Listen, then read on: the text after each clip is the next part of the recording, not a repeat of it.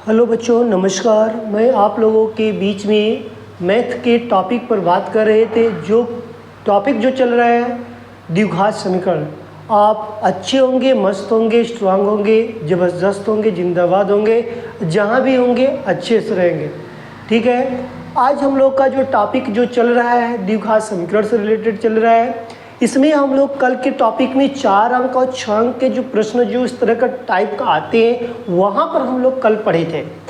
आज के टॉपिक में हम लोग को यहाँ से देखने को ये मिलेगा कि किस तरह के प्रश्न पूछा जाता है। यदि यहाँ से जितने अंक आएगा मैं ये सारी चीज़ यहाँ से आपको बता देंगे। यहाँ से आप कवर कर सकते हैं कि किस तरह के प्रश्न पूछा जाता है। दूसरे नंबर पर आपको ध्यान देना है कि मैं हर टॉपिक में आप बताते चलेंगे क्योंकि आपके पास टाइम कम है।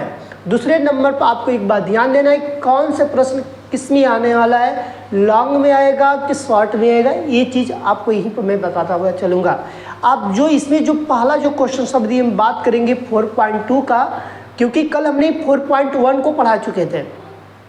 वहाँ के जो कहा जाता है लिखित जो प्रश्न होते हैं उसका वेट बहुत ज़्यादा होता है प्रश्न में। आज हम लोग के पास 4.1 में गुणनखंड विधि से समीकरण को मूल ज्ञात करने के लिए बात किया गया है। इसीलिए कहा जाता है हर बच्चे को यहाँ पर गुणनखंड आना चाहिए। यदि कक्षा 9 में वो गुणनखंड नहीं सीखा है तो इसलिए उसको यहाँ पर दिक्कत होगी, समस्याएं होगी। इसलिए आपको इसीलिए मैं बता रहा हूँ कि यहाँ से यदि ये प्रश्न आएगा तो 2 अंक बस आएगा, इससे ज़्यादा नहीं आएगा। ऊपर 2 अंक या बहुत पूछ देगा रियल केस में 1 अंक पे पूछेगा, लेकिन इसको अधिक से अधिक मांग चलिएगा 2 अंक में इसको लाने का बोर्ड काम कर सकता है। क्योंकि ये हमारे पास जो लेसन्स है एक्सरसाइज जो है यहाँ से प्रश्न पूछा जाता है। और जो मैं ऐसे ही नहीं बोल देता, क्योंकि मैंने पेपर में और अंसाल पेपर को मैच करके बताता हूँ, तभी आपके बात मैंने ये सब सारी बातें कर सकते हैं। और आप यहाँ से हाफ ईयरली आप पेपर दिए तो वहाँ से मेरे क्वेश्चंस को मैच कर सकते हैं। यदि नहीं दिए हैं तो अब इसको जमकर अच्छे से तैयारी करिए, और जिससे कि आपको पेपर में यहाँ से प्रॉफिट हो, और जिससे कहा जाता है ना नंबर उछाल आए, अधिक नंबर आए। इसलिए मैं यही कहेंगे। अब हम अपने टॉपिक पर चलेंगे। सबसे पहले मैं द्विघात समीकरण के फार्मूले की बात करेंगे। द्विघात समीकरण के फार्मूले में हम लोग 3 फार्मूले की बात किया गया था और एक और था, जिससे कि द्विघात समीकरण में बात ध्यान देना है कि एक ax² + bx + c = 0 द्विघात समीकरण तभी हो सकता है जब इस रूप में रहेगा, तब अन्यथा नहीं हो सकता है। दूसरे नंबर पर आपको बात ध्यान देना है, यहाँ पर विविधता की यदि बात किया जाता है तो b² - 4ac, तो 4ac सारी चीज़ द्विघात समीकरण से लिया जाता है। और यहाँ पर कोई कोई यहाँ पर वास्तविक मूल्य नहीं होता है, और 2 बराबर मूल होते, 2 बराबर वास्तविक मूल होते, 2 भिन्न भिन्न होते। तो यहाँ पर इस तरह के प्रश्नों को यहाँ पर मेरे पहले वाले कल की वीडियो में भी बताया हुआ, आज के वीडियो में मैंने बता दिया। यहाँ पर इस तरह के फार्मूले का हम लोग प्रयोग करने को मिलेगा, जो कि इसमें एक और सिद्धाचार अलग जो बोला जाता है, जो कि -b ± अंडर रूट में जो कि बोला जाता है कि b² - 4ac/2a होता है। इसके बाद की हम बात करते रहते हैं, जिससे कि हमको कार्य करना है। इसी के टॉपिक को हम लोग को अब चलेंगे एक्सरसाइज, इसके बाद रिमाइंडर बच जाएगा, जिससे कि आपको यहाँ से पढ़ने के बाद आप हमको बता सकते हैं कि हमने कितना सीखा और कितना बताया। ठीक है, अब हम अपने टॉपिक पर चलेंगे। आप पढ़ रहे हैं द्विघात समीकरण। क्या पढ़ रहे हैं? द्विघात समीकरण। जिसके घात नहीं होगा वो समीकरण नहीं कहलाएगा, द्विघात समीकरण नहीं कहलाएगा। एक बात ध्यान देना, प्रश्नावली जो होगी, प्रश्नावली जो आपके पास होगी वह आपके पास 4.2 होगी। क्या होगी? 4.2 होगी। प्रश्नावली जो है आपके पास 4.2 है, लेसन आपके पास पता चल गया कि द्विघात समीकरण है।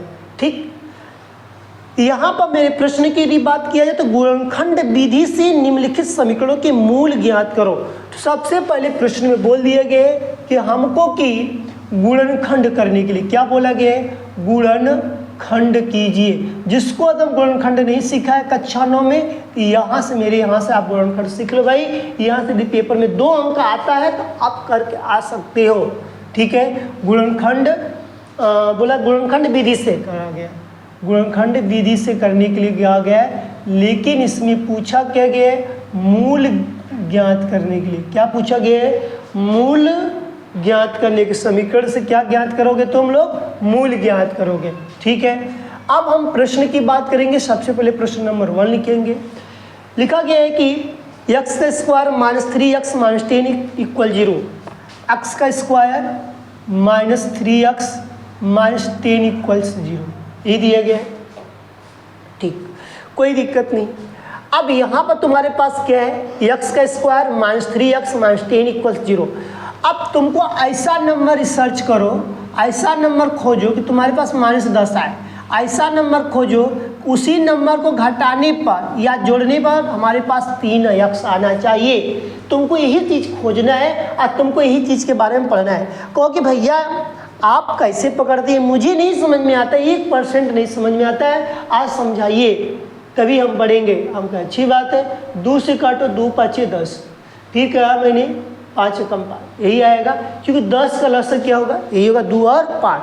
इसका मतलब हम 2 और 5 को जोड़ देंगे तो कितना हो जाएगा, 7 हो सकता है। लेकिन 5 में से 2 घटा देंगे तो मेरे पास कितना आएगा, 3 आएगा। को भैया आप तो दिखाई दे रहा है 3 तो आ जाएगा। हम कहें हाँ, लेकिन एक बात ध्यान दें, यहाँ पर माइनस है। ठीक, कोई दिक्कत नहीं, बड़ी वाली संख्या के साथ हम माइनस का प्रयोग कर देंगे। तो यहाँ पर लिख देंगे -5x + 2x। समझ में आया कि नहीं आया, समझ में आया कि नहीं आया, समझ में आया। तो यहाँ पर देखो 5 में से 2 घटाओगे 3 आएगा, लेकिन 5 बढ़ा के 2 बढ़ा कहोगे 5 बढ़ा, इसीलिए माइनस लगा है। अब 5 दूनी के 10, इसीलिए -10 आ गया। समझ में आया कि नहीं गुणनखंड। फिर उसके बाद x का स्क्वायर जो होता है माइनस, अब इसके स्थान पर तुमको इसको लिखना पड़ेगा, -5x + 2x। और यहाँ पर हमारे पास इसके स्थान पर मैंने बताया क्या लिखना है, ठीक है, -10 = 0।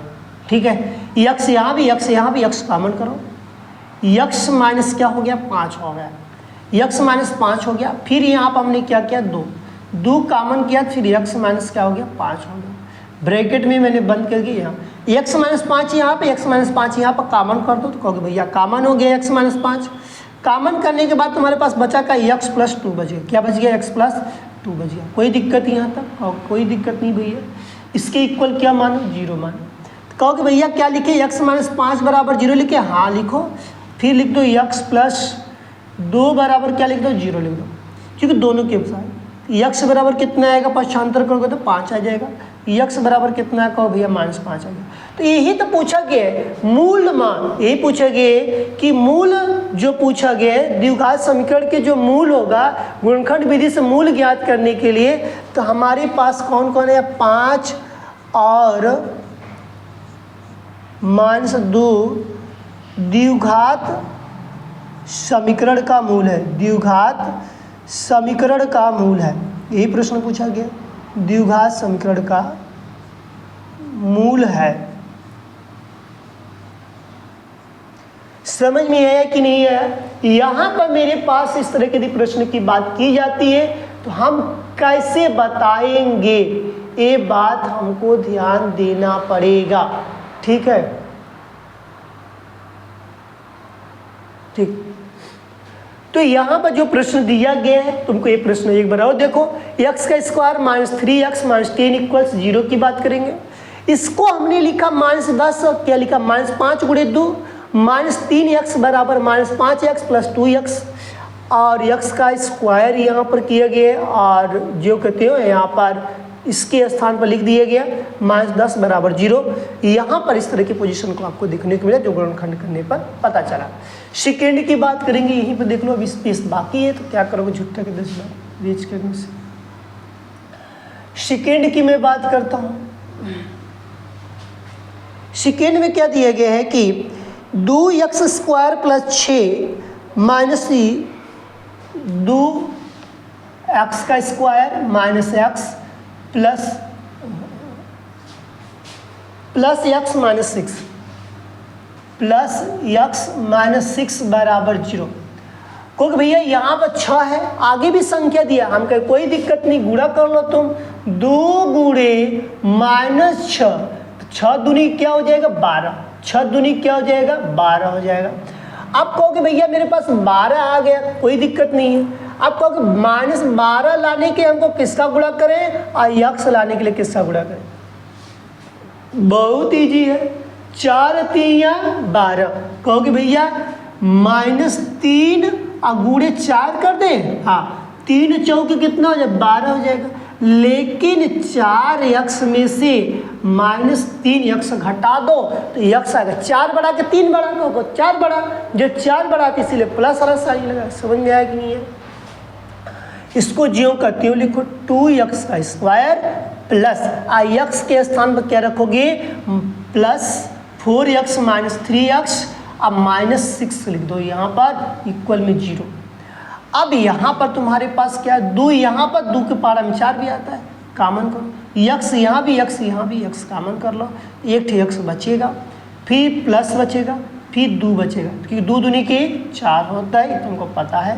-3 निकालो, यहाँ भी x बचा, यहाँ पर +2 बचा, बराबर 0। क्योंकि जब इसका गुणा करोगे तो कितना आएगा -3x, जब इसका गुणा करोगे 2 3 6 -6 आएगा। ए और ये दोनों सेम है, तो कहो एक बार लिखो। क्या कहोगे एक बार लिखने के लिए बोलोगे? यहाँ पर मेरे पास 2x माइनस 3 इक्वल्स 0 की बात करेंगे, 2x की बात करेंगे 0 की लिखेंगे। यहाँ पर मेरे पास x प्लस 2 बराबर 0, फिर 2x माइनस 3 बराबर 0। तो यहाँ पर x बराबर -2 और यहाँ पर 2x बराबर 3, तो x बराबर कितना आएगा 3/2। समझ में आया कि नहीं है? अब इसका मूल जो मान है लिख सकते हो कि -2, 3/2। यही तुम्हारे पास आंसर हो जाएगा, यही तुम्हारे पास क्या हो जाएगा आंसर हो जाएगा। इसको देख लो,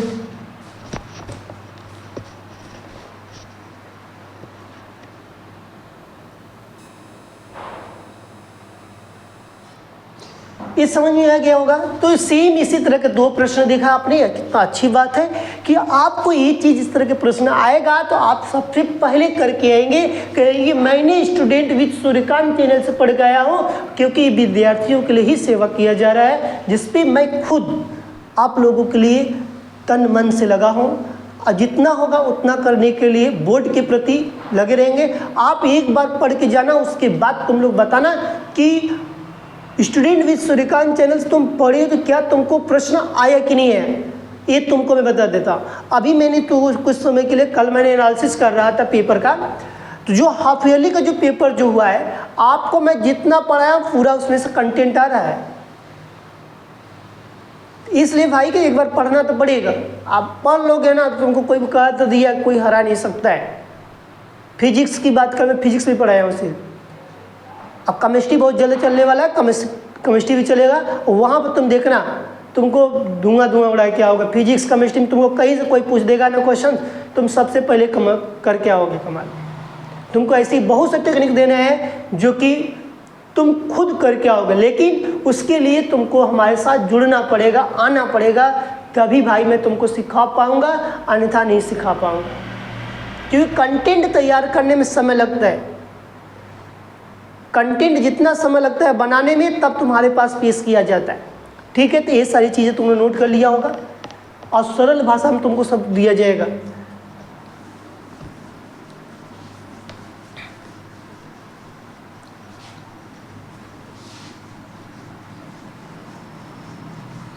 लेकिन तुम्हारी हौसला बुलंद होनी चाहिए।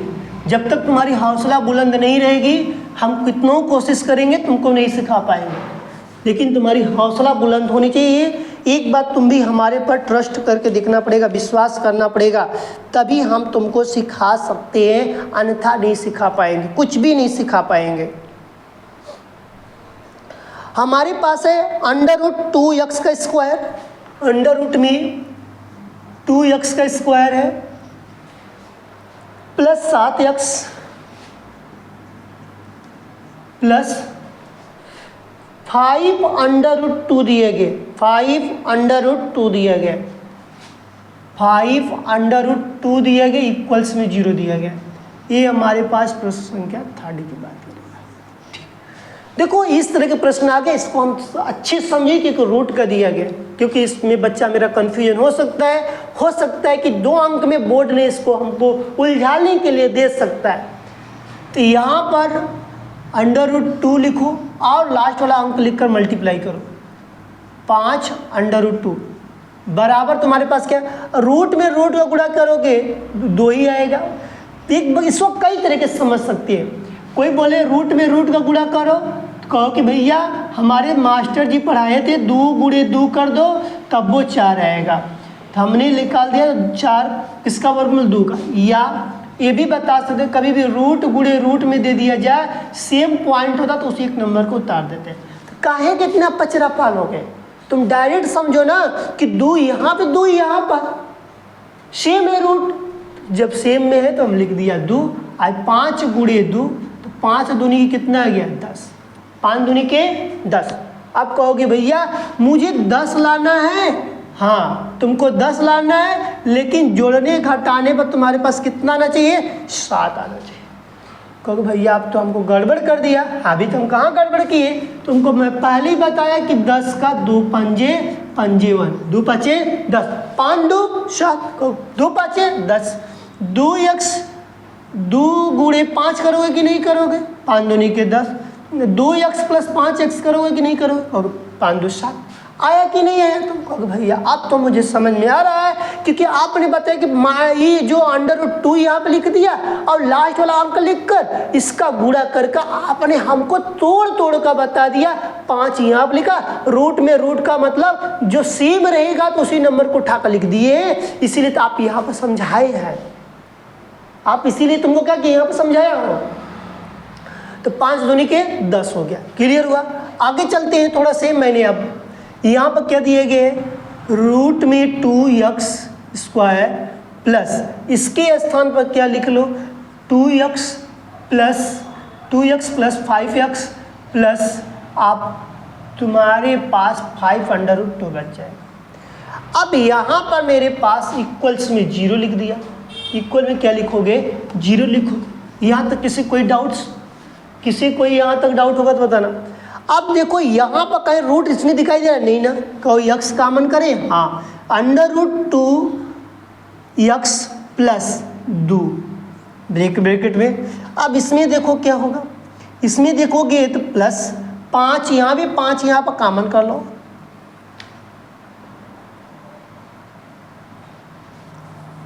पाँच यहाँ पर कर दिया तो कॉमन हो गया। x प्लस √2, सवाल कहीं गलत नहीं है। इसके लिए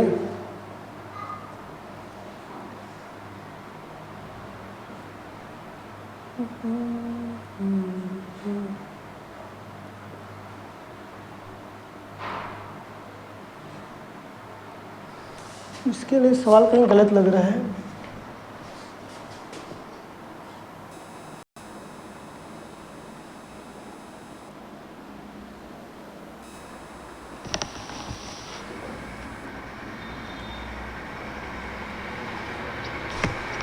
नहीं, कहीं गलत नहीं, सही है। यहाँ तक देखो,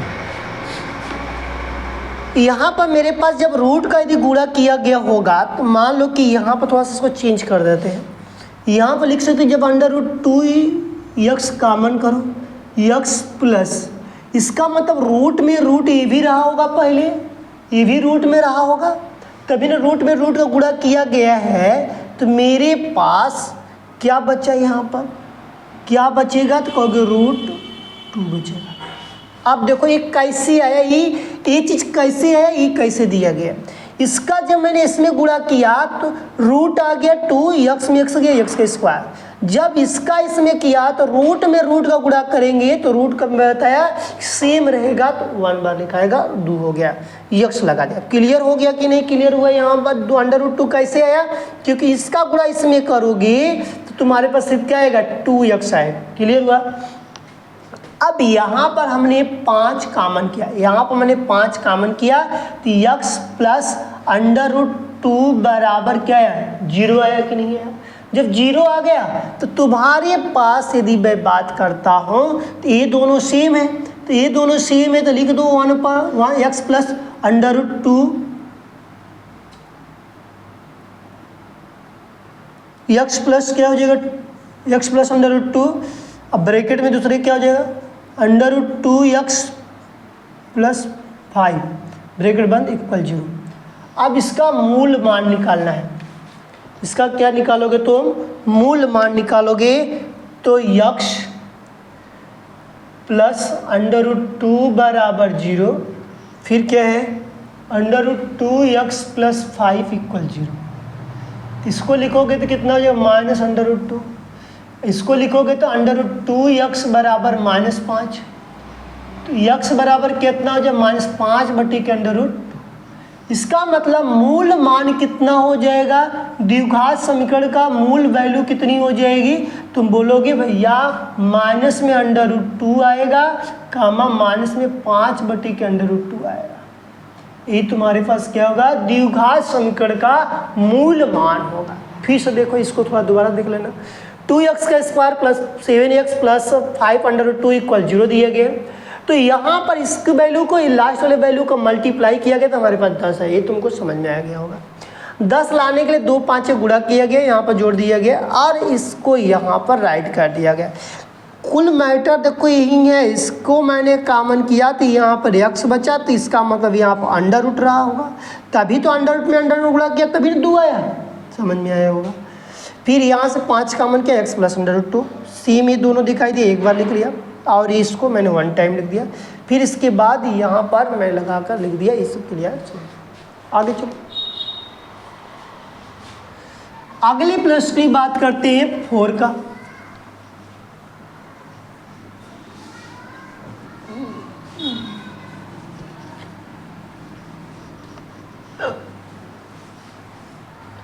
देखो 4 में जो बात किया जाएगा, 2x का स्क्वायर माइनस x प्लस 1/8 दिया गया। 2x का स्क्वायर माइनस x प्लस 1/8 बराबर 0 दिया गया। फिर ये इसका सब में मल्टीप्लाई करो, 2 8 16 माइनस 8 कम 8 प्लस 1, इसका इधर भी गुणा कर दो, 0 हो जाए। 8 को हटा दिया, 8 गुणा इसमें भी किया 8x, 8 गुणा इसमें किया तो 8 दूनी 16, फिर इसका 8 गुणा इसमें कर 0 में, सब में करके उसको हटा दो। क्लियर हो गया। अब 16 गुणे कहोगे 1 करेंगे, हाँ 16 कम 16, 16 लाने के लिए क्या करना पड़ेगा और माइनस 8x लाने के लिए क्या करना पड़ेगा। तो मुझे पता चला कि -4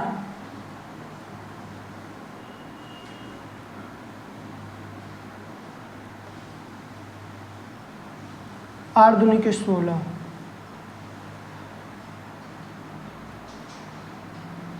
हाँ -4 माइनस क्या हो जाएगा, प्लस हो जाएगा। 4 चौके 16 हो गया, -4x और -4x,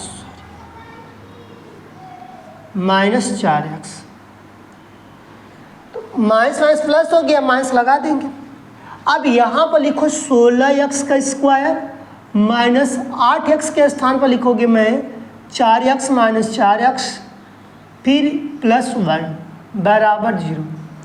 अब यहाँ पर मेरे पास क्या है, 16 है, यहाँ पर 4 है, इसका मतलब 4 के पहाड़ा में आएगा, 4 के पहाड़ा में आएगा 4x क्या करोगे, कॉमन करोगे, 4x क्या करोगे, कॉमन करोगे। ठीक है, 4x क्या करोगे, कॉमन करोगे, 4x माइनस 1 बचेगा, क्योंकि इसका गुणा करो तो 4x के 4 से चूँकि 16x में x का स्क्वायर, 4 एक कम 4x हो गया। फिर यहाँ पर हमने -1 कॉमन किया तो हमारे पास 4x - 1 बचेगा, क्योंकि इसका गुणा करेंगे तो ये माइनस हो जाएगा, इसका गुणा करेंगे तो प्लस हो जाएगा, बराबर 0।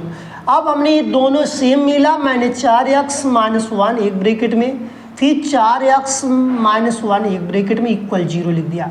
मूल मान मतलब कि हम इधर लिख लेते हैं, एकदम अच्छे से समझा करो। 4x - 1 बराबर 0, तो 4x बराबर 1, तो x बराबर 1/4 आ गया। फिर इसी तरह से में भी बात है, 4x - बराबर 0, तो 4x बराबर 1 की पक्षांतर करना, तो x बराबर 1/4 आ गया। मूल द्विघात समीकरण में मूल की मान की बात किया गया है। मूल क्या होगा, द्विघात समीकरण मूल क्या है, कहोगे 1/4 कामा 1/4 है। समझ में आया कि नहीं आया? समझ में आया कि नहीं आया? तुमसे जो प्रश्न पूछा गया है यही पूछा गया है। प्रश्न के अनुसार यदि बात किया जाए तो मूल ज्ञात करने के लिए तुमसे बोला गया है, इसी को हमको ज्ञात करना है। ये सरलता आपको यहाँ पर समझ में आया होगा। ठीक है, आगे चलें, नेक्स्ट की बात करें। एक बार और देखो, 2x² - x + 1/8 है, इसका तिर्यक गुणा कर दो। 8 दूनी के 16x², 8 एक कम 8 और 1 तो जो करते हो, इसका इधर गुणा कर 0 आ गया। फिर हमने 16 और 1 दिखा, पहला और अंतिम में संख्या देखा, इसलिए गुणा कर दिए 16 आ गया। ये सब स्टेप करना नहीं है, ये सब स्टेप इतना करना नहीं है, ये हम समझने के लिए कर रहे हैं। किसके लिए? समझ में आए, स्टेप बाय स्टेप लगा रहे हैं, जिससे कि तुमको कितना हो नहीं आएगा तो उसको तुम यदि पढ़ लिया ना स्टूडेंट विद सूर्यकांत चैनल से, तुम समझ लेना कि कहोगे भैया सूर्यकांत भैया हमको पढ़ाए हैं जो कि हमको समझ में आता है। क्या कहोगे? सूर्यकांत भैया मेरे पढ़ाए हैं और स्टूडेंट विद सूर्यकांत चैनल से भी पढ़ा हो या SWS परिवार से पढ़ रहे हो, जिससे कि तुमको ये सारी चीज़ सीखने को मिल रहा है। यहाँ से तुमको 2 होम की बात कर रहा हूँ, देखो पेपर में आएगा, तुम सबसे पहले करके आओगे, इतनी मैं गारंटी के साथ कर सकता हूँ। लेकिन तुम यदि हमसे पढ़े रहोगे तब, आज जब पढ़ाई नहीं करोगे तो कहाँ से आएगा? एक बात ध्यान देना है, आना है, जुड़ना है, हमारे साथ पढ़ना है, और उसके बाद अपने सीखो, अपने मित्रों को भी सिखाओ। सबसे बड़ा तुम खुद ही टैलेंट बन जाओगे। ठीक है,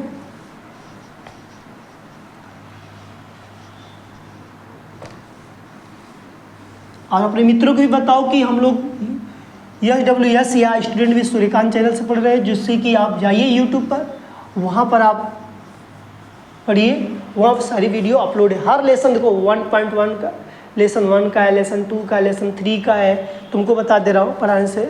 तो रुक जाओ 2 मिनट्स, ये सब पढ़ लो जाकर, लेसन तुम्हारे पेपर में आएगा, तुम सबसे पहले करके आओगे। मैथ में तुमको पार्ट 1 पढ़ा दिया गया है, पार्ट 2 पढ़ा दिया गया है, पार्ट 3 पढ़ा दिया है, पार्ट 4 पढ़ रहे हो, अभी चल रहा है, फिर पार्ट 8 पढ़ लिए हो। सोचो इतने लेसन मैंने पढ़ा दिया हूँ, ये सब पढ़ा दिया हूँ, 8 लेसन में पढ़ा दिया हूँ यूट्यूब पर। सोचो कि ये भी पढ़ लिया, ये भी पढ़ लिया, ये भी पढ़ लिया, ये भी पढ़ लिया, कहोगे भैया इसमें से कौन सा प्रश्न आएगा? 1.2 से जो दिया गया है, अब परिमेय यहाँ से देख लेना, ये पेपर में तुम्हारे हर समय आएगा। इसमें से तुम्हारे पास 2.2 वाला जो सवाल दिया गया उससे थोड़ा देख लो, जो अल्फ़ा प्लस बीटा और अल्फ़ा इंटू बीटा की बात कर रहा है वहाँ वाला से देख लो। फिर इसमें तुम्हारे पास जितने लिखित प्रश्न है उसको हल कर लो। ये सब इम्पॉर्टेंट जो लेसन्स हैं, अब इसमें तुमको मैं बता ही रहा हूँ, इसको वेरी इम्पॉर्टेंट मान लेना, जो कि तुमको यहाँ से पेपर में बार क्वेश्चन पूछा जाता है। तुमको ये मैं सबसे देखने को मिलेगा जो पेपर में तुमको मैं पढ़ा दिया हूँ, इसलिए भाई कि तुमको पढ़ना है। आई जब आएगा ना तो सोचना कि 7 अंक या 8 अंक लेकर आएगा, 7-8 अंक की बात करता है ये। तो इसमें तो ये जो मैं पढ़ाया था 2 अंक, बहुत गया घींचतान का तो 4 गया, बहुत घींचतान में जाएगा तब 4 अंक। ये भी जाएगा 2 अंक में तुम्हारे जाएगा, ये भी 2 अंक। ये तुम्हारा जो लिखित होगा ये तुम्हारे 4 अंक में जाएगा। आज 4 लेसन पढ़ रहे हैं इसलिए भाई तुमको मैं कुछ कह नहीं सकता। ठीक है, ये तुम्हारे पास मैथ के जो रेशियो बता दी, जो मैथ के जो लेसन्स है ना, ये मैथ के आज तुम पेपर दे कर देख लेना, तुम उसके यहाँ आंसर पेपर मिला कर देख लेना, तब तुम मुझे बताना। ये सब पेपर में एकदम आने वाला सवाल है, बता दिया। अब उसके बाद जाकर देखोगे तभी होगा। अब भाई तुम पढ़वे नहीं करोगे, उसके लिए मैं क्या कर सकता, हम कुछ नहीं कर सकते। लेकिन एक बार पढ़ो तब तुमको फायदा चलेगा, पता चलेगा। चलो नेक्स्ट की बात करेंगे। 4 तक लग गया। 5, 5वां सवाल क्या कर रहा है? 100x का square minus 20x plus 1। 100x का square minus 20x plus 1 equals 0। ये सवाल दिए गए, ठीक। सबसे पहले तुम पहली संख्या और अंतिम संख्या गुणा करके देखो। 100 गुणे 1 बराबर कहोगे 100 है। 100 लाने के लिए क्या करेंगे हमको भी नहीं पता। माइनस 20x लाने के लिए क्या करोगे, हमको भी नहीं पता। तुम कहोगे भैया एक बात बताइए, माइनस 10 गुणे माइनस 10 कर दे तो प्लस आ जाएगा। हाँ 100 भी आ जाएगा। अब माइनस 10x कर दे तो कितना जो 20। तुम खुद ही पढ़ ले। अब बताओ, तुम खुद ही जानकार हो, तुमको खुद ही पता है 10 10 20 होता है, 10 में 10 गुणा करें 100 होगा। पता चला कि नहीं चला? तो इस तरह के मेरे पास प्रश्न आते हैं। सबसे पहले तुम करके आओगे, इतनी मुझे विश्वास है। यदि नहीं करोगे तो भाई विश्वास पर धोखा मत देना। माइनस 20x जो दिया कि वहाँ पर लिख लेना माइनस 10x प्लस 1 बराबर 0। बस इसी को तो चेंज किया जा रहा है, बाकी रिमाइंडर तो वही चीज़ है। अब देखो 10 के पारा में भी 100 आता है, अच्छी बात है। 10 कामन करो, x है, x कामन कर लो। तुम्हारे पास क्या है 10x माइनस 1 बचा।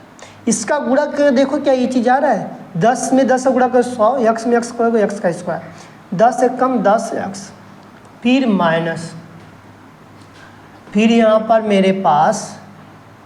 मेरे पास क्या बचेगा, यहाँ से -1 का मान कर लो तो 10x माइनस 1 बराबर 0। देखो -1 गुणा करो 10 माइनस प्लस। अब ये दोनों सेम है तो लिख लो 1 टाइम। इसको लिख दो, एक जो बचा कुछ है बराबर 0। ठीक, मूल मान ज्ञात करना है तो लिख लो 10x माइनस 1 बराबर 0, तो 10x बराबर 1, तो x बराबर 1/10। फिर यही बात बोला गया, तुम कहोगे भैया मत करिए, हम खुद ही कर लेंगे, अब क्यों इतना हमको बेइज्जती करवा रहे हैं। आया कि नहीं है? अब तुम ही बता दो आया कि नहीं है। इतना सरल तरीका है, तुम एक बार पढ़ोगे तब ना हम बताएंगे। जब हम पढ़वा नहीं करेंगे तो हम कैसे किसी चीज़ को बता सकते हैं, समझ सकते हैं? नहीं समझ सकते भाई। ये देखो हम लोग के पास जो 5 सवाल दिए गए थे गुणनखंड में, हमने 5 किया। नेक्स्ट प्रश्न की बात करेंगे। नेक्स्ट प्रश्न में हमारे पास दिया गया है कि उदाहरण 1 में दी गई समस्याओं को हल कीजिए। अब उदाहरण में जाना, आप इससे रिक्वेस्ट कर रहा हूँ कि उदाहरण देख लेना, वहाँ पर हल कर लेना। नहीं आएगा तो हमको कमेंट जरूर कर देना, हम उसको बता देंगे। लेकिन उदाहरण का मैटर है इसलिए मैं नहीं बताऊँ, नहीं तो कहोगे तुम की प्रिंट कर रहे हो पूरे उदाहरण को छाप रहे हैं। इसलिए मैंने तुमको खुद दे दिया। दूसरा प्रश्न दिया गया है कि उदाहरण नंबर 1 में दी गई समस्याओं को हल करो। तो अब उदाहरण 1 में जाना, NCERT बुक में तुमको वहाँ से मिलेगा। हाँ देखो 2 सवाल दिए हैं, पेज नंबर 79 पर जाओगे तो तुमको मिल जाएगा।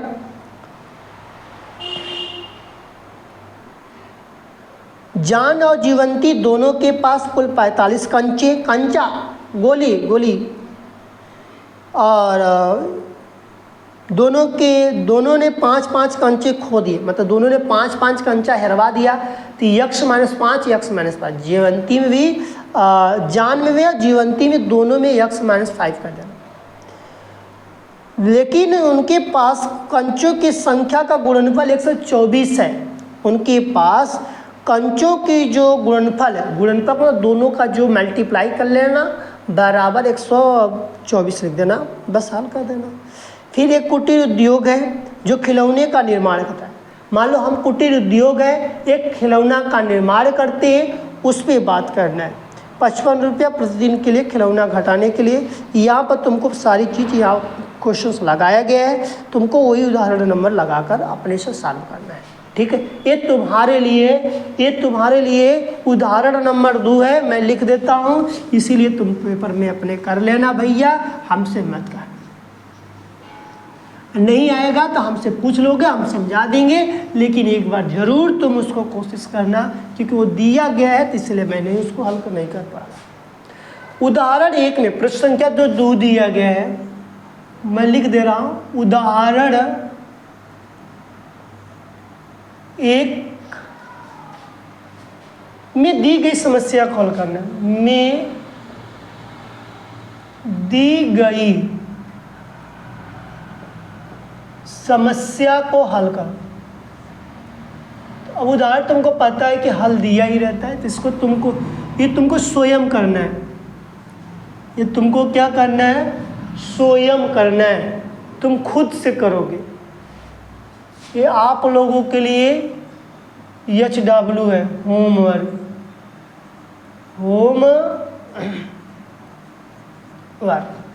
ठीक है।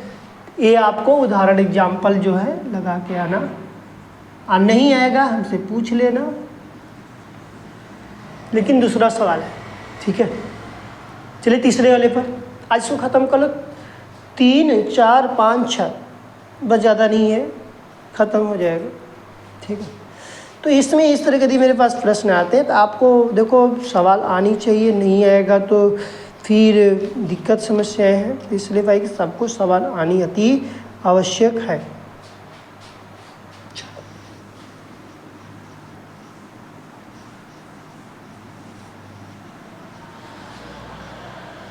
देखो सवाल दिए कि ऐसी 2 संख्याएं ज्ञात कीजिए, ऐसी 2 संख्याएं ज्ञात कीजिए जिनका योग 27 हो और गुणनफल 182 हो। गुणनफल 182 हो, जिनका योग 2 संख्याएं ज्ञात करने हैं। तो पहली संख्या x, प्रश्न संख्या 3 में पहली संख्या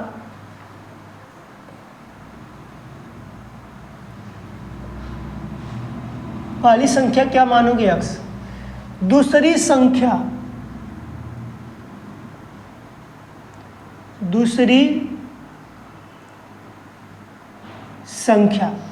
कहा गया है कि दोनों संख्याओं का योग 27 है, तो दूसरी संख्या का मतलब 27 - x कर देंगे। पहली संख्या तो मुझे पता है, दूसरी संख्या पता है नहीं, तो टोटल संख्या में से घटा देंगे तो हमारे पास क्या हो जाएगा? 27 - x। लेकिन आगे दिया गया गुणनफल कितना दिया गया है? 182 दिए गए। दोनों संख्याओं का गुणनफल, दोनों संख्याओं का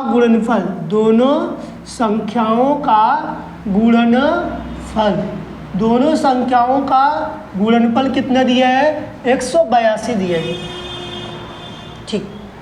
अब बताओ, दोनों संख्याओं का गुणनफल 182 दिया गया है, मतलब पहली संख्या गुणे दूसरी संख्या। प्रश्नानुसार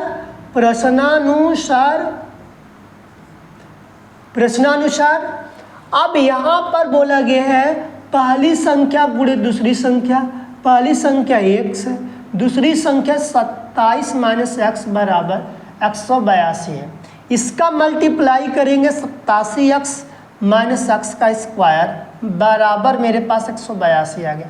पक्षांतर करते हैं, लेफ्ट से राइट ले जाएंगे तो हम लिखेंगे x का जहाँ माइनस वहाँ प्लस, जहाँ प्लस वहाँ माइनस हो जाएगा। 27x हो जाएगा प्लस 182 बराबर 0 हो जाएगा, ठीक। इतना आया, क्योंकि भैया इतना तो मुझे पता चल गया कि आपने जो किया इतना किया। अच्छा, अब इसका गुणनखंड करके मुझे बताइए। गुणनखंड करेंगे तभी ना पता चलेगा कि पहली संख्या कितनी, दूसरी संख्या कितनी है। तो हम क्या करेंगे, यहाँ पर लसा लेंगे, यहाँ पर क्या करेंगे? लसा लेंगे 182 का। 2 से काटोगे 9, 1 2 9 18, फिर 7 से काटोगे 13, फिर 13 कम 13, 2 7 14 13, हाँ 14 में 13 जोड़ दो तो 27 आ जाएगा। आया कि नहीं है? कहोगे भैया यहाँ पर -27 चाहिए, तो हम कहे कोई दिक्कत नहीं, माइनस लगा कर हम करेंगे। अभी हम तुमको बताए हैं कि 182 लाने के लिए क्या करना पड़ेगा, -27x लाने के लिए क्या करना पड़ेगा। कहोगे भैया कि -14 गुणे -13 करवा दीजिए, माइनस प्लस गुणा करने पे आ जाएगा। -14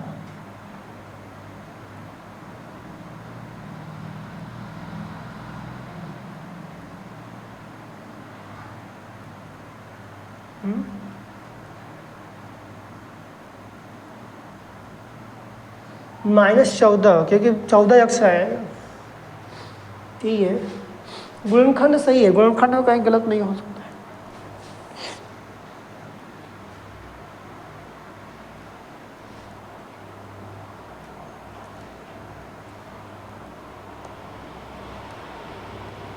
सवाल में कुछ दिया ही नहीं है।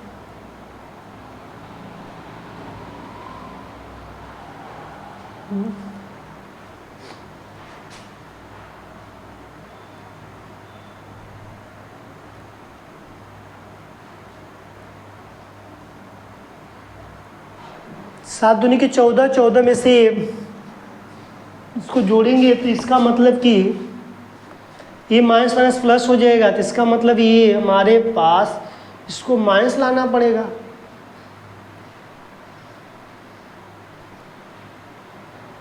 तभी तो होगा।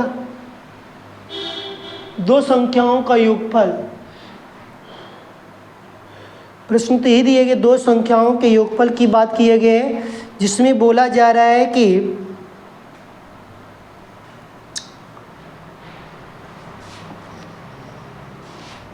चलो देखते हैं हम क्या कर सकते हैं। इसको हम इसको ऐसे भी लगा सकते हैं, थोड़ा सा स्टेप थोड़ा चेंज करना पड़ेगा।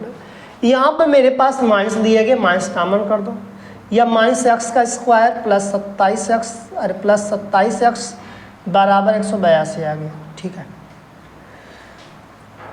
तो हम लोग कर सकते हैं क्या कि पूरी वैल्यू इसको इधर लाते हैं, माइनस कॉमन कर दो,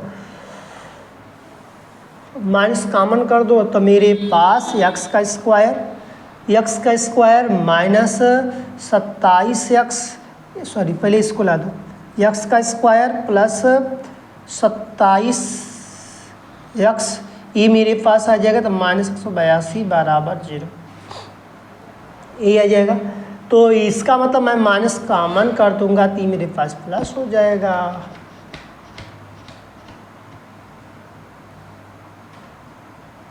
सवाल यही दिए गए है ना, सवाल में तो कोई गड़बड़ी तो नहीं है, -13 -14 आएगा ही है, ठीक है, कोई दिक्कत नहीं, वैसे ही लगा लो, जो जैसे मैंने लगाया था वैसे ही लगा दो, कोई दिक्कत नहीं, सेम वही बात है, सवाल में कोई दिक्कत नहीं, वही चीज़ दिक्कत है। भेज दो इसको उधर, तो कहोगे भैया x का स्क्वायर प्लस हो गया, मैंने यही बताया था कि इसकी वैल्यू क्या हो जाएगी, माइनस स्केप कर जाएगी 14x, फिर यहाँ पर क्या हो जाएगा प्लस में 182, यही मैंने लिखा भी था, इसके पहले भी लिखा, वही चीज़ यहाँ पर लिखा। यहाँ पर लिख दो x का स्क्वायर लिख दो, -13x लिख दो, -14x, माइनस क्या हो जाएगा प्लस हो जाएगा, और जो बड़ी वाली संख्या होता है वो सही है, कोई दिक्कत नहीं है, कोई दिक्कत नहीं है, देख लो मैं बता दे रहा हूँ, वही चीज़ है जो मैंने पहले लिखा, वही चीज़ है यहाँ भी है, क्योंकि थोड़ा मल्टीप्लाई करने में मिस्टेक हो जाता है। तो यहाँ पर मैंने एक बात बताया था कि देखो स्टेप देख लो, -27x लाने के लिए मैंने क्या किया कि -13 -14 करेंगे तभी तो आएगा 27, और 182 लाने के लिए हम क्या करेंगे, -13 गुणे -14 करेंगे तभी तो माइनस क्या होगा प्लस होगा, गुणा करने पे 182 आएगा, जोड़ने पे 27 आएगा, क्यों बड़ी संख्या क्या है माइनस, इसलिए माइनस लगा है। अब समझ में आ गया, इसीलिए मैंने यहाँ पर बता दी। देखो वही चीज़ मैंने लिखा था, थोड़ा मिस्टेक हो गया, तो मैं सोचा कि गलत कहीं ना हो जाए, लेकिन क्या है सही है, जो मैंने स्टेप पहले लिखा वही स्टेप क्या है, सही है, ठीक है। यक्स कॉमन कर दो, यक्स माइनस 13 आ गया और माइनस 14 कॉमन करो तो यक्स माइनस 13 आ गया बराबर 0।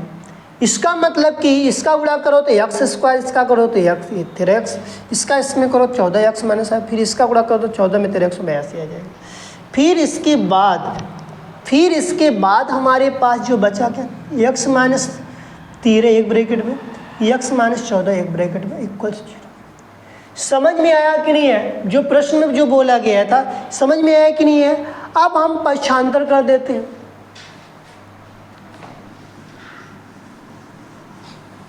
इससे मूल मान निकाले तो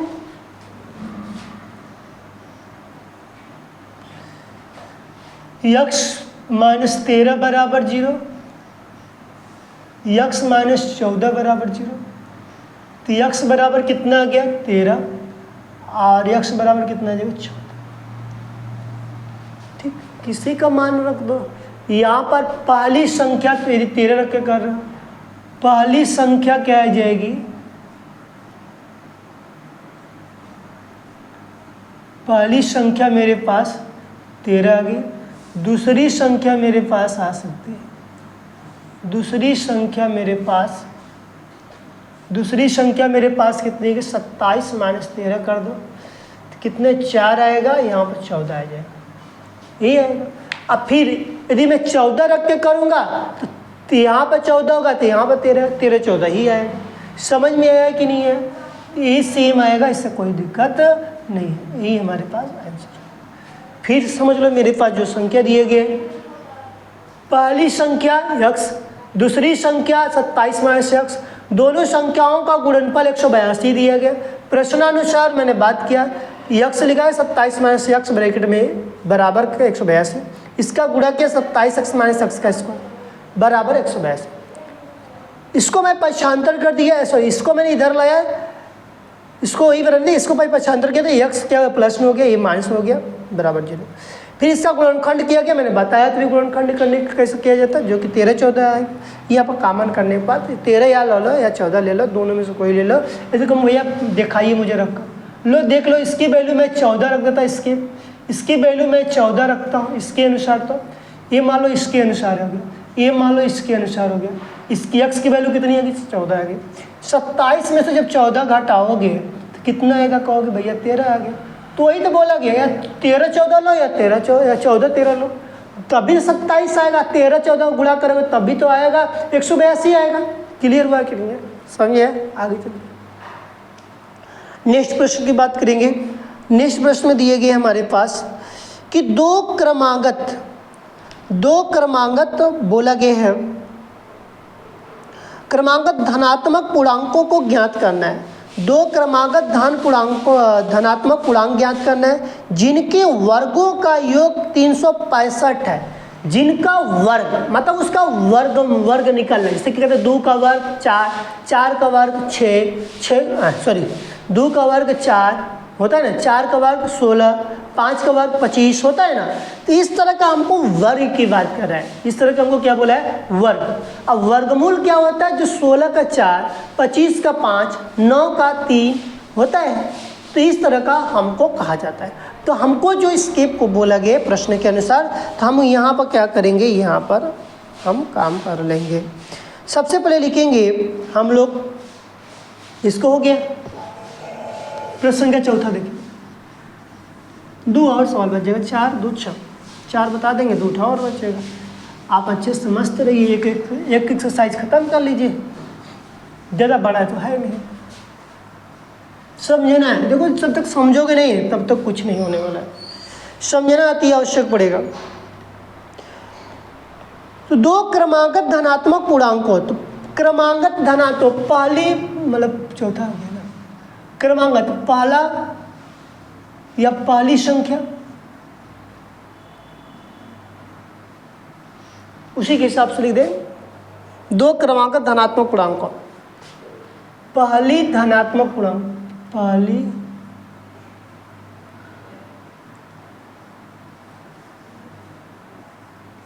पहला धनात्मक पूर्णांक यक्स मान लो, दूसरा धनात्मक पूर्णांक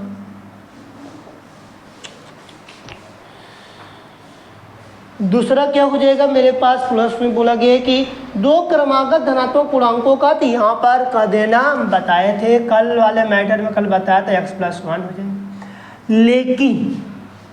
लेकिन यहाँ पर बोला गया है कि जिनके वर्गों का योग, लिख दो यहाँ पर, इनके वर्गों का गुणनफल कितना दिए गए हैं, 365 दिए गए। गुणनफल नहीं, योगफल दिया है ना, सॉरी योग दिया है यहाँ पर,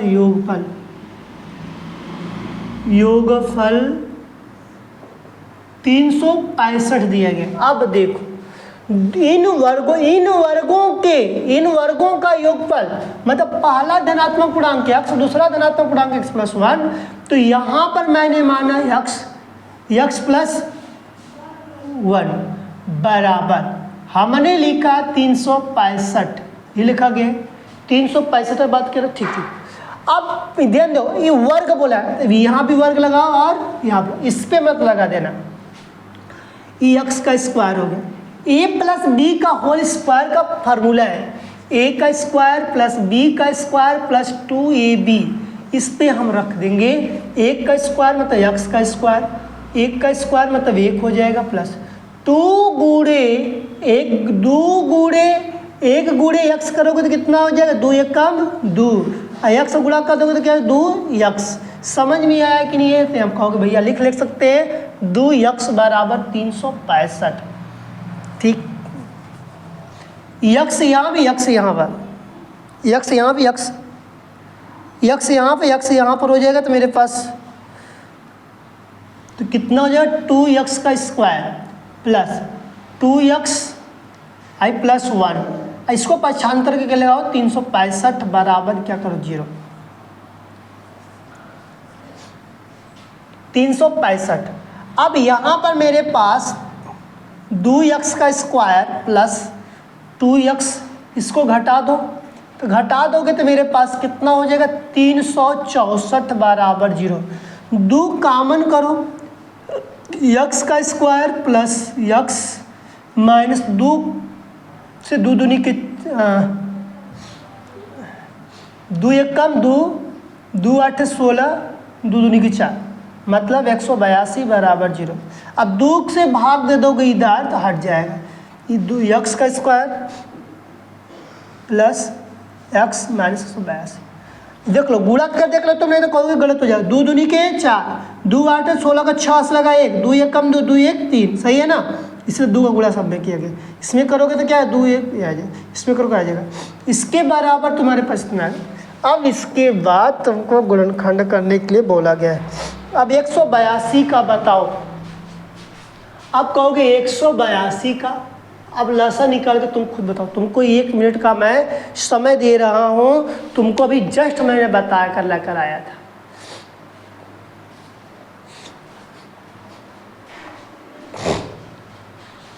तेरह 14 का होगा, 14 3 42 का 2 हाथ लगा 4, 14 1 कम 14, 14 4 18 होगा, है कि नहीं है, कहोगे भैया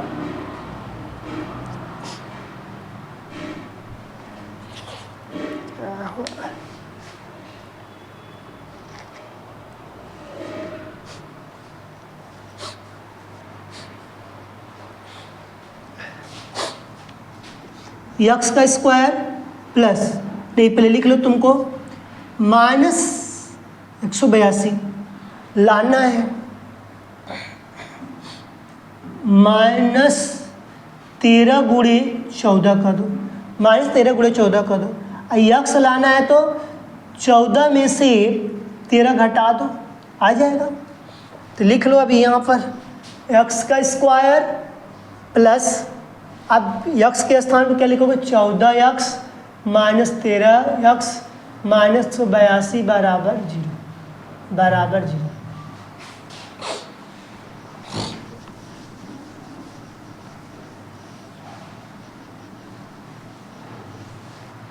182 बराबर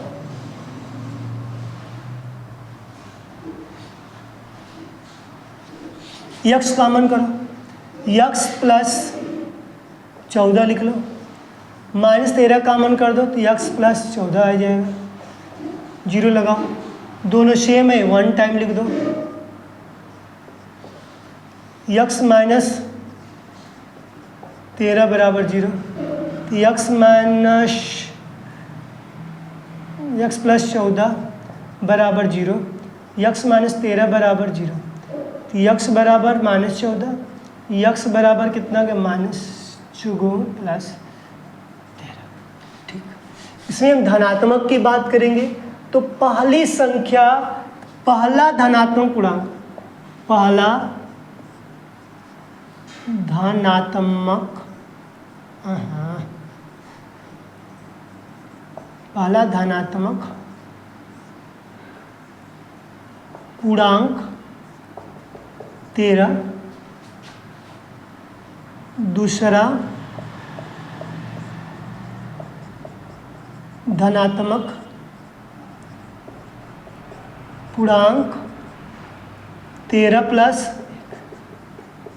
तभी तो आएगा। ठीक, 14।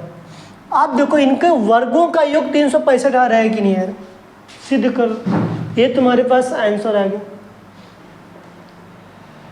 13 का स्क्वायर 159, 14 का स्क्वायर 196, 9 6 15 का 5 हाथ से लगा 1, फिर 9 6 15, 15 1 16 का 6 हाथ से लगा 1, 1 1 2 2 1, 365 आ गया ना। समझ में आया कि नहीं? सही सवाल है। चले आगे। इस तरह के सवाल दिया जाएगा। ये सब देखो सवाल जो है ना 4 अंक में आता है, सिर्फ 4 अंक में आएगा। ये सब सवाल सिर्फ 4 अंक में आएगा। 2 अंक का पहला वाला सवाल में बताया, ये सब जो मैंने तीसरा बताया, चौथा बताया, अभी 2 और बताएंगे। ये सब 4 अंक में आने का पूरा संभावना ही रहती है सवाल का।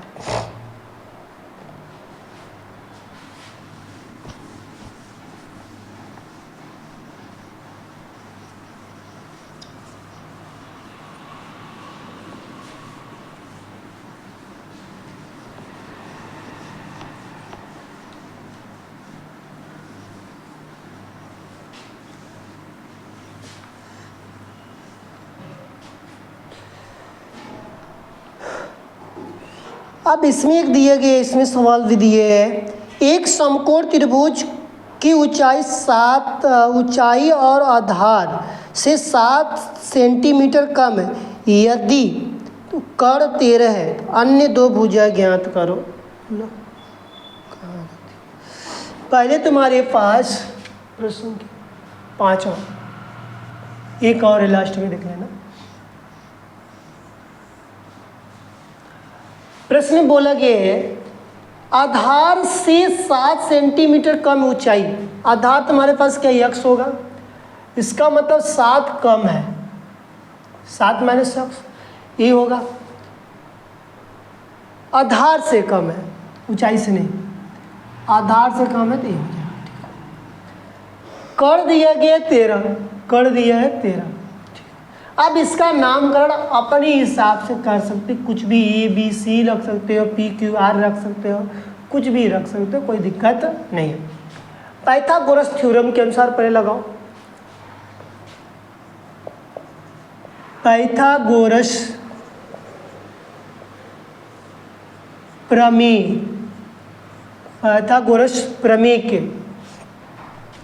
पाइथागोरस प्रमेय कैसे लगाएंगे कहोगे, हमको क्या पता, हम कह के बता तो रहे हैं। कर्ण का स्क्वायर बराबर लंब का स्क्वायर प्लस आधार का स्क्वायर, ये हमारे पास सूत्र है। कर्ण की वैल्यू कितनी है 13 का स्क्वायर, लंब की वैल्यू कितनी है यक्स माइनस 7 का स्क्वायर, आधार कितना है यक्स का स्क्वायर।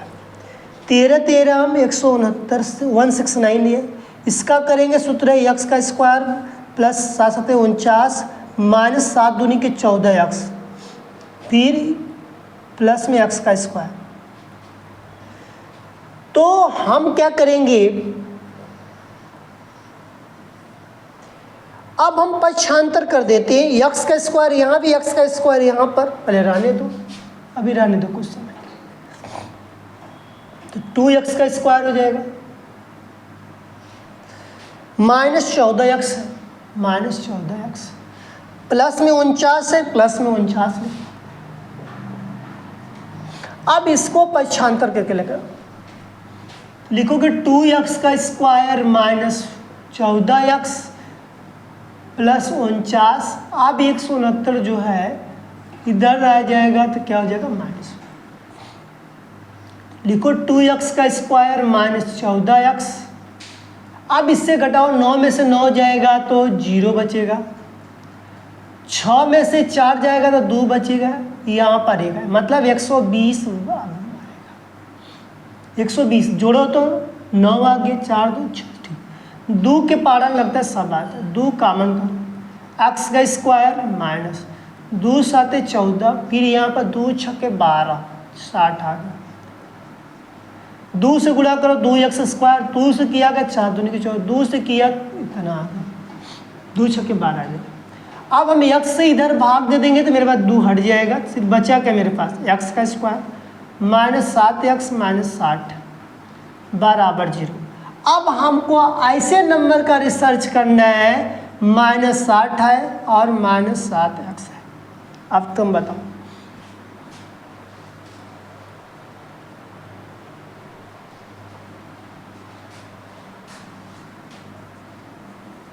बारह 5 60, लसन निकालो है सबसे बढ़िया, 2 3 30, 2 से काटो 15, 3 से काटो 2 दूनी के 4, 3 12 5 60, ठीक। अब इसी को बताओ, अब तुम बताओ, मैं नहीं बताऊँ, मैं यहाँ पर निकाल दिया, 7 भी आना चाहिए,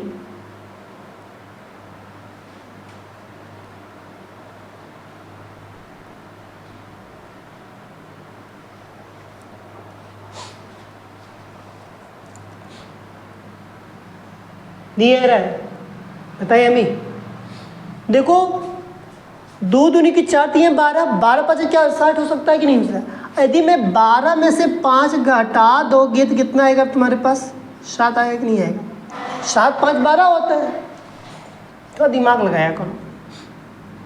तो इसलिए तो मैं निकाल दिया 12 गुणे 5 -12x में से 5x घटा दोगे तो 7x, x का स्क्वायर -12x प्लस 5x -60 बराबर 0। x कामन कर दो, x 12 आएगा, यहाँ से प्लस 5 कामन करो, x -12 बराबर 0।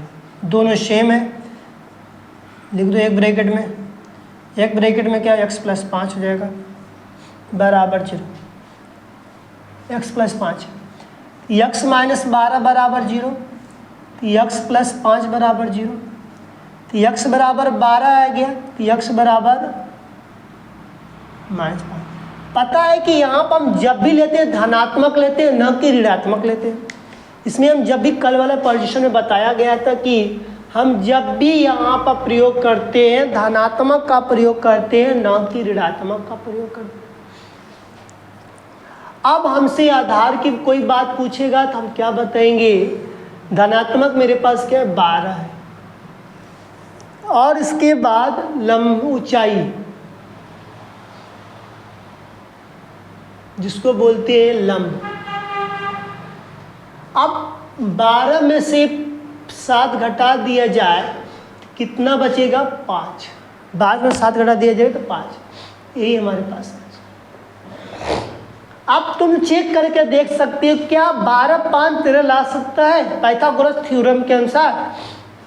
तो मतलब 12 का स्क्वायर कितना हो जाए 144, 5 के स्क्वायर के तो 50 25, जोड़ दो कितना हो गया 5 4 9 4 2 6 149, 13 का है कितना आया कि नहीं? सही है, समझ में आया कि नहीं है?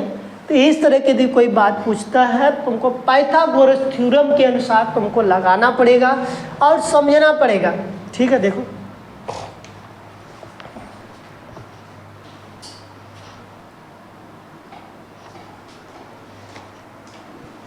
तो यहाँ पर जो मेरे पास प्रश्न की यदि बात किया जाता है तो इस तरह के प्रश्न पूछा जाएगा, तो आप लगा सकते हो पाइथागोरस थ्योरम का प्रयोग करना। फिर उसके बाद यहाँ पर हमने समीकरण बना दिया, समीकरण बनाने के बाद आधार और ऊंचाई दोनों बता दिया, आधार और ऊंचाई की दोनों की बात मैंने बता दिया, जो कि यहाँ पर प्रश्न जिस तरह का पूछा जाता है सारी प्रश्नों को देखकर यहाँ बस हल किया गया। लास्ट प्रश्न